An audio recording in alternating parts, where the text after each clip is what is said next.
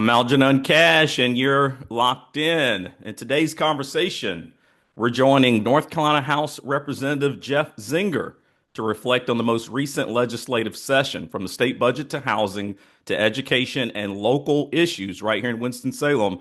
We'll dig into the decisions shaping our future. This is an important opportunity to hear directly from one of our state's policymakers about the challenges we face and the solutions being discussed. Representative Zinger, thank you for locking in, man. Welcome back. Thank you. It's great to be here. I appreciate you having me, Algenon. Yeah, it's been a little while, so I know we got a lot to unpack. It's been a lot going on, not only in Raleigh, but all around the state, and even right here in Winston-Salem. I know that you have read a couple of op-eds that I've had here recently in the Carolina Journal, just talking about some of the issues that we're facing back home. Yep. Folks are complaining about downtown. People are concerned about the slowdown in our revitalization downtown. And I'm just curious, Representative. I know you spent a lot of your time in Raleigh, but we are in your area. You're part of the Forsyth County delegation. I just want to start off with maybe getting your thoughts about some of the headlines you're seeing in Winston-Salem right now. Well, I think that, Winston-Salem, I love Winston-Salem, and it's been a great town. I think right now we're kind of at a place where we're having a little bit of a changeover. RJ Reynolds is pretty much completely out of the city of Winston-Salem and all up in Tobaccoville. They're still doing strong what they're doing, but it's not contributing to the downtown economy like it used to. Haynes just downsized again, and now it looks like they've got a sale working there. And those were big staples for our community. We've got some really good bright spots when you look at La Tortilla, who just bought the RJ Reynolds headquarters there in Whitaker Park. So we've got some great things going on, but we really need to be working hard to get more business here to help with our community. I mean, big business drives little business, and so our little businesses are struggling because we don't have the footprint that we used to have with some of these bigger businesses. And I so, think you're spot on, Representative. I think, even when you talk to our nonprofit community right now, everybody's singing the blues because there's not enough large companies in town to support all the various community missions that are out there. yep. We definitely need to change the tide in terms of some of our corporate recruitment. Do you see that is there anything in Raleigh, or is there anything that could be happening in Raleigh that would maybe help with some of that growth and uplift the Winston-Salem community? Well, I think as a whole, we've been three out of the last 4 years, CNBC has said we're the best state in the country to do business. So we've kind of created the opportunity for people to come here. Now it's really, in a lot of ways, and it's up to Winston-Salem to kind of put their best foot forward in terms of attracting business to come here. We've got great assets here. One of our greatest assets that I think is underutilized, and as a state, we have put a bunch of money into it, is our local airport. It's a long runway airport. There's got to be some businesses that can utilize that.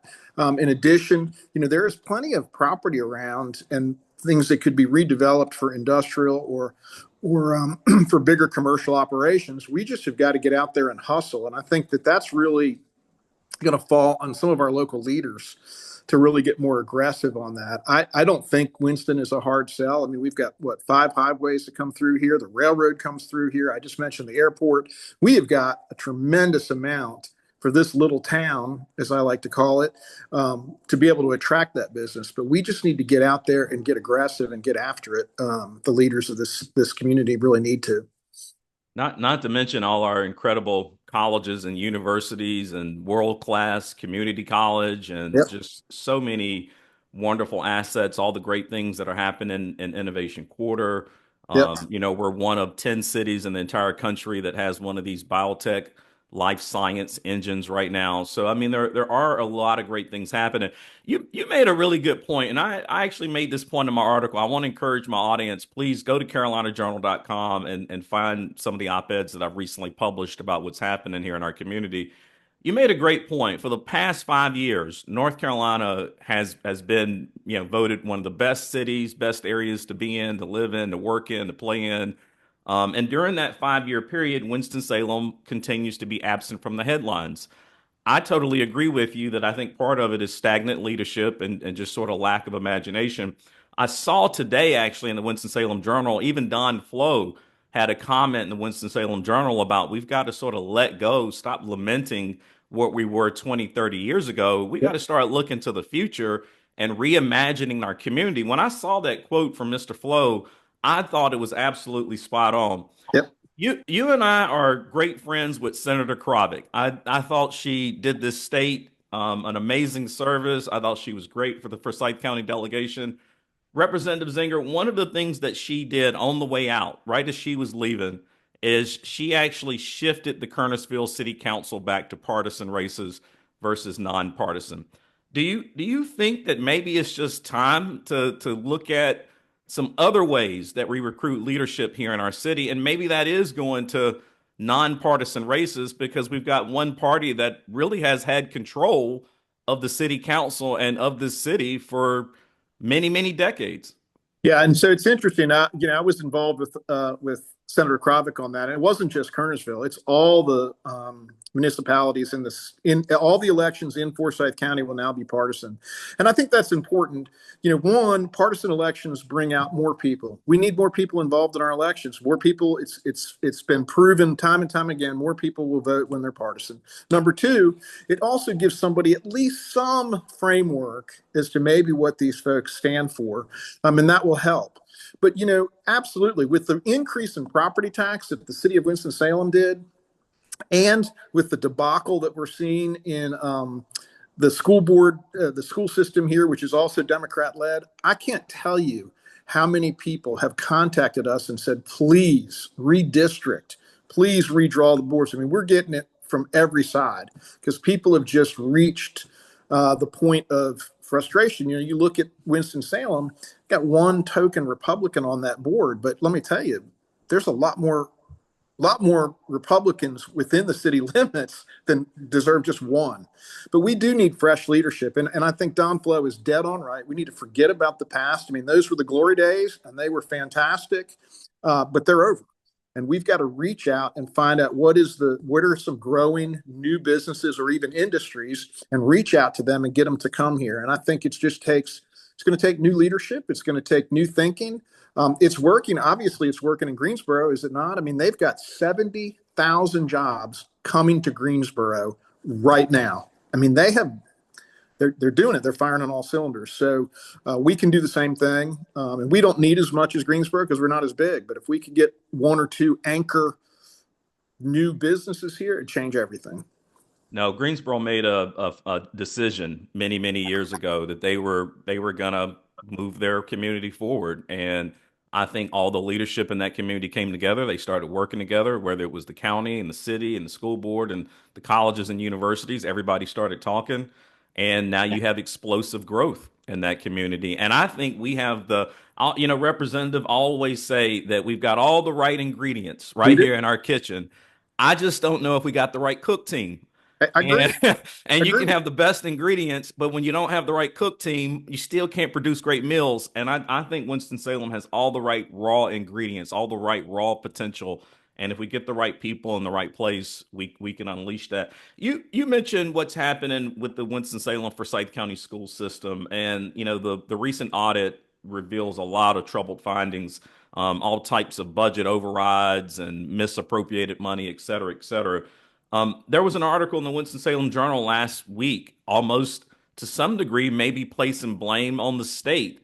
And I'm starting to hear people say that the state is responsible. You all should be the ones coming in and bailing out the local school system. What would you say to them this morning? Well, first of all, what I would say is that the audit happened because we started to see so much going on and getting a lot of complaints. I had a lot of people starting to talk to me as early as last December on this. They were talking about how at the board meetings they weren't questions were being asked, but they weren't really getting great answers. And so Donnie Lameth and Senator Jones and I wrote a letter to Dave Bullock on April 14th and said, listen, something's going on here. You really need to take a look at it. At that point, they had said they were $32 million in the hole.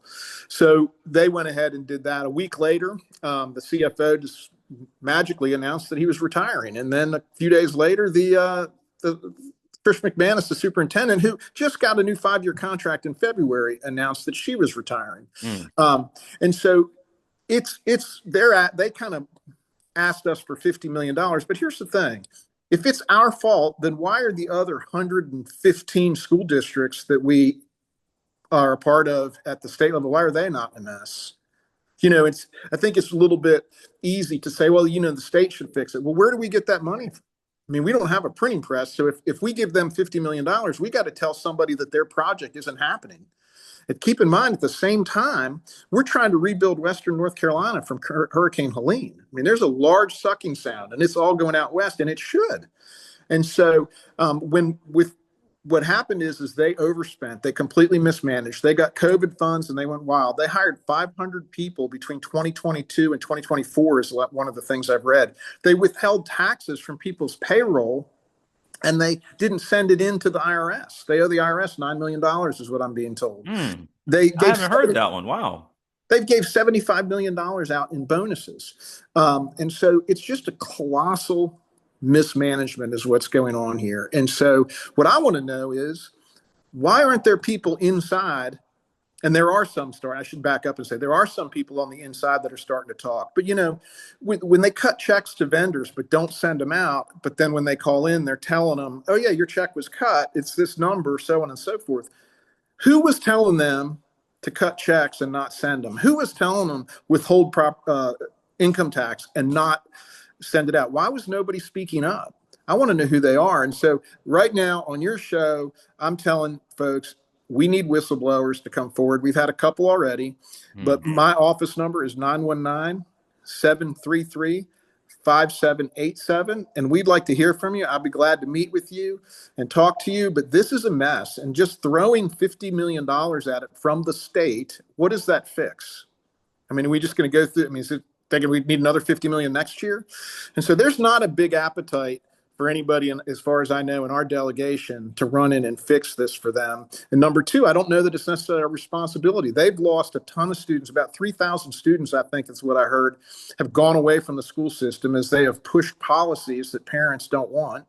And we held them harmless. We didn't reduce their funding because of that. In fact, since 2013, spending on education across the state has gone up 61%. It far exceeds the cost of inflation. And at the same time, test scores have gone down. And so I think there's a whole lot here besides just the budgetary problems, but to blame it on the state is absolutely ridiculous. The problem they had is they were flush with money. They had more money than they really kind of knew what to do with the COVID money and everything else that came in, and they just spent wildly. And I don't know who approved all of those budget overruns. I find it hard to believe that a CFO would approve that. But we need to, the CFO needs to have some questions asked to him, and so does Superintendent McManus has some responsibility. Back in May, Robert Barr and Susan Miller both in the meeting called for her termination, and the board jumped to her defense. And instead of asking hard questions here, they blessed her with retirement. And so we're getting phone calls about that all the time. There is, as Ricky Ricardo used to say, there's some splaining that needs to be done. Representative, I'll let you go there because that was some good insight, some things that I haven't even heard with some things I've been reading. And I appreciate you explaining that to my audience because I do think that there's a narrative that's beginning to form around, the school system has been underfunded for so long, and this is the culmination of all that underfunding. And I hate to say it, sometimes people don't really pay close attention to what's happening, and I can see how that narrative might get out there and get loose. And I think there is a little bit of a shift into the blame to the state or maybe to the county, but it's everybody's fault other than the actual school system. Right. That's exactly right. And it's, to just say underfunded. Well, listen, every business would do better if they had more money. I mean, but when a business has hard times, what do? They go back and say, okay, why are we doing what we're doing? What's working? What's not working? What's just costing us money? Where can we save? And they reinvent themselves to a certain degree to get more lean, better results, and move on. For some reason, the school system says, well, we don't have to do that. You just need to throw more money at the problem. And that doesn't make anything go away. It just kicks the can down the road. Well, and you hit on something else that I think is not being talked about enough. If you look across the country, 2/3 of all school districts across the country are now in some type of an economic competitive landscape where Yep. they're having to compete against charter schools and magnet schools and home schools and all these types of things that really got created coming out of COVID because of some of the policies that were out there.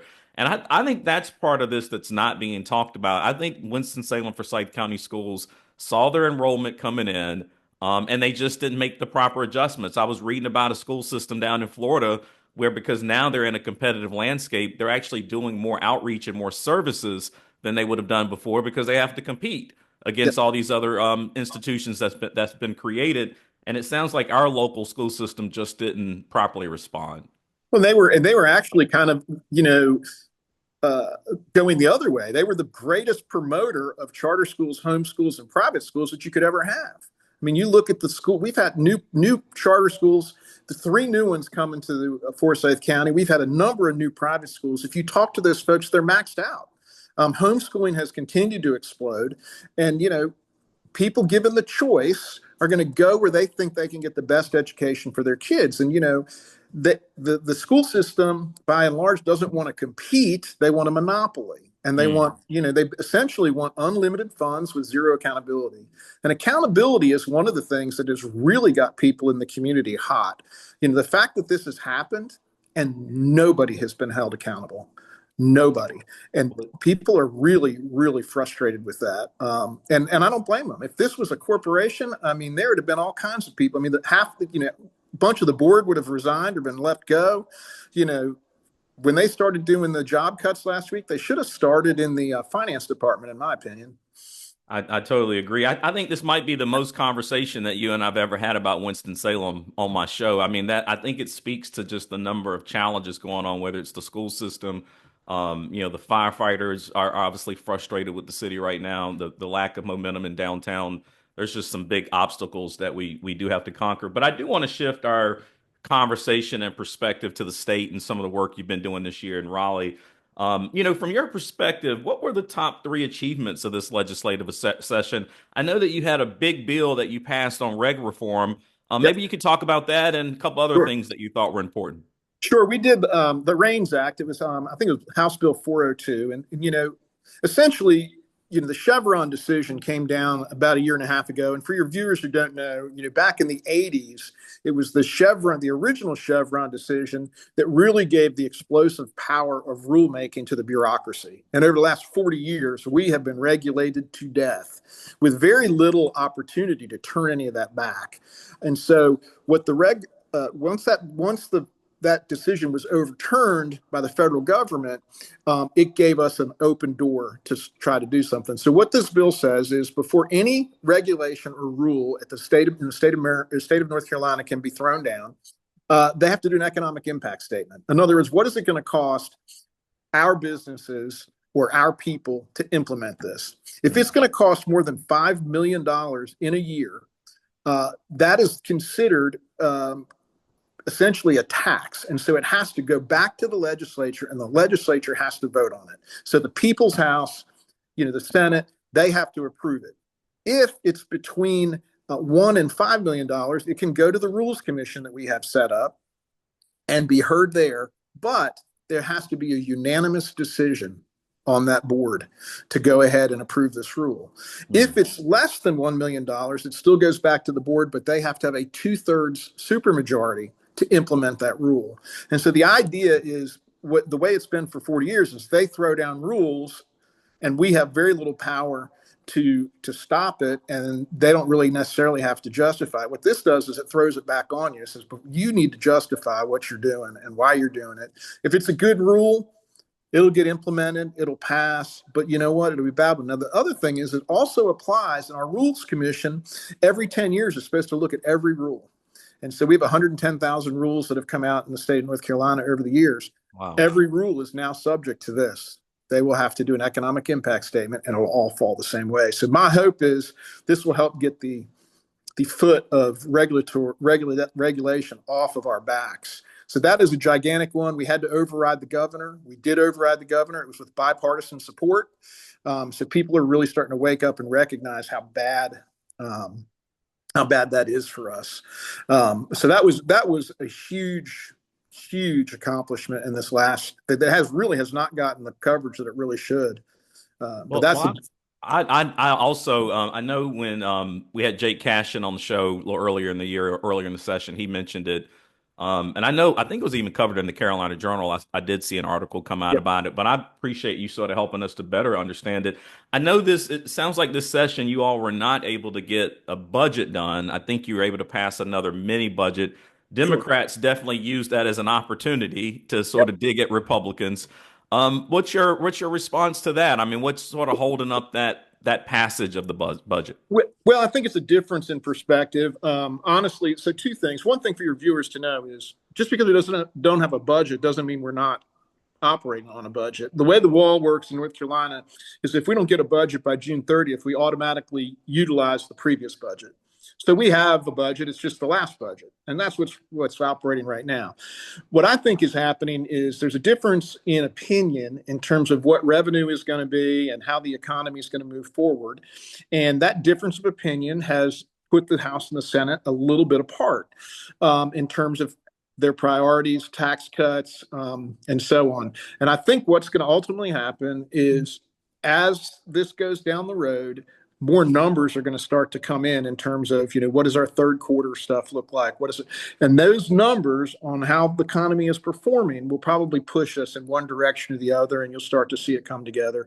I think we'll get a budget eventually. It's not a terrible situation that we're in. Keep in mind, too, the last few years we have enjoyed great surpluses, which we spread around the state for infrastructure and so on. We don't have that luxury anymore because of Helene. We're spending so much money to try to get Western North Carolina back on its feet, and that's going to go on for a couple of years, for a few years, in my opinion. Yeah, I want to go deeper there because you mentioned that earlier, and I know for the past several years, even when you've come on the show to update us on what's going on in Raleigh, a lot of the conversation has been around the positive fiscal health of the state. I know you guys have been rightfully so sending a lot of money to Western North Carolina because those folks need the assistance. But what would you say about the state right now? What is the current fiscal health of the state? I mean, are we able to weather another storm like Helene, if that was to happen? Well, and that is the issue before us. One of the things we did, over the years is we created a rainy day fund, and it was specifically so that when things like this happened, we could respond quickly. We've delivered over $1 billion to Western North Carolina, and what your viewers should be happy about is that we wrote a check and it's cash. We're not borrowing any money. Now, we need to continue to help Western North Carolina, and we also need to continue to fund that rainy day fund because if another storm came and hit Eastern North Carolina this year, then we're going to be trying to, fight two wars, if you will. We're going to have two fronts. And at that point, it's going to get, I'm not going to say we can't do it, but let's just be real. It's going to be very, very, it's going to put a lot of stress on us. Yeah. However, the good news is, it'd be a heavy lift for us, but we can do the heavy lift. But that's all the stuff that try to figures in. That's why when we have people throw around, hey, you should just come up with $50 million. Well, wait a minute. There's a whole lot of priorities here, and people's lives are hanging in the balance.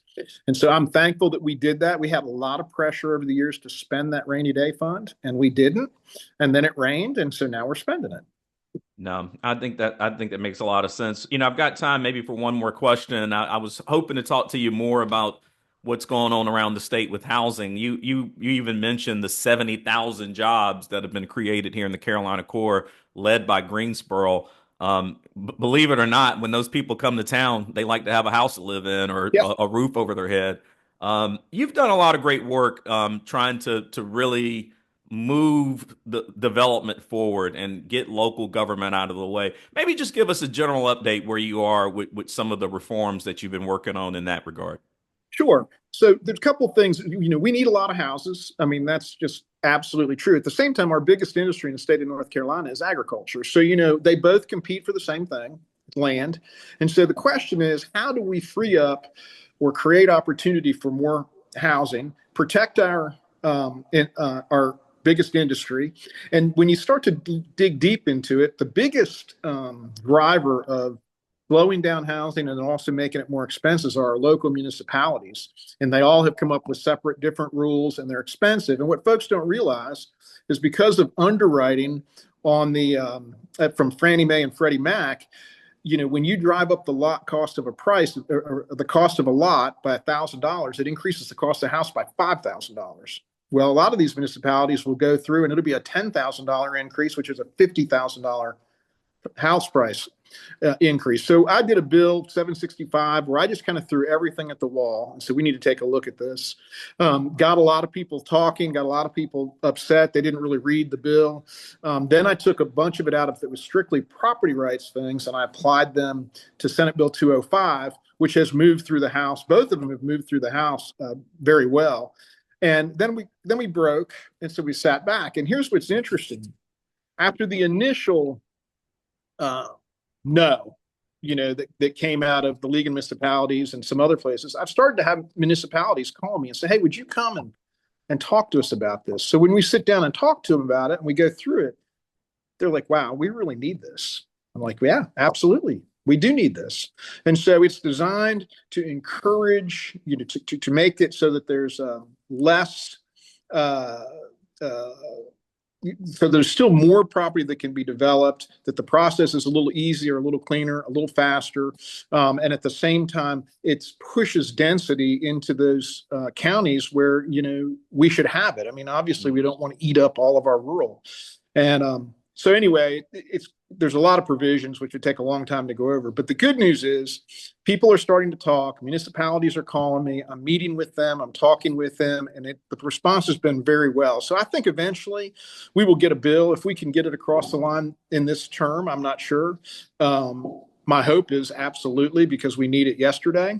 We're running about a 350,000 house shortage right now. But we've got to have it in the right places. I hate seeing our countryside torn up. Urban sprawl used to be a dirty word, but apparently at this point it's kind of preferred. Well, Representative, I thank you for everything you're doing in Raleigh. I also always appreciate you coming and joining us and just updating us, keeping us up to date with everything that's going on, not only in our backyard, but around the state. You always have a platform here, so you're always welcome to come join us. And to my audience, thank you for tuning in to this important conversation with Representative Jeff Zenger. Civic engagement doesn't end at the ballot box. It continues with how we support the platforms that bring you these conversations. If you value the work we're doing to keep you informed, I encourage you to consider making a donation.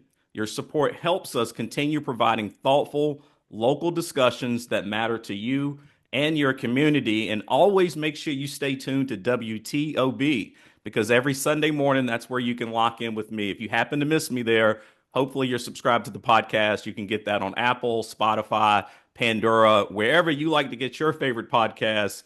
You can always lock in there. And until next time, y'all stay locked in. Thank you, Algenon.